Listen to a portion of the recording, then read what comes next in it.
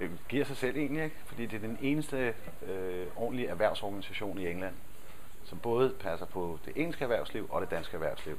Så derfor får man den bedste indgang til hele det engelske erhvervsliv og det danske erhvervsliv. Så hvis man er en erhvervspraktikant, så kan man ikke få bedre erfaring.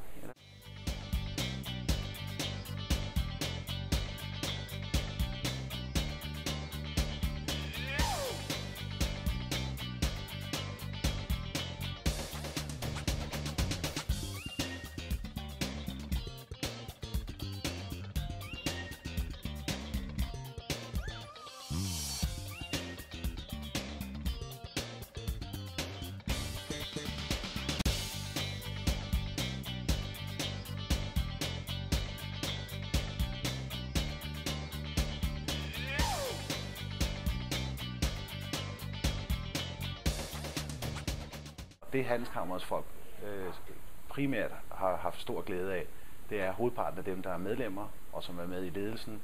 Det er folk, der er her og bliver her, som har det lange træk. Og det gælder både på erhvervssiden, men især, fordi ambassaden er faktisk ret god til det med erhvervslivet, især inden for den finansielle sektor.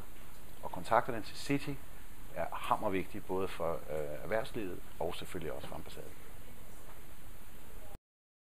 Vi har et princip i handelskammeret, at der er totalt åbne linjer, og om man er den sidste praktikant, eller man er den gamle formand, så har vi en fuldstændig åben dialog.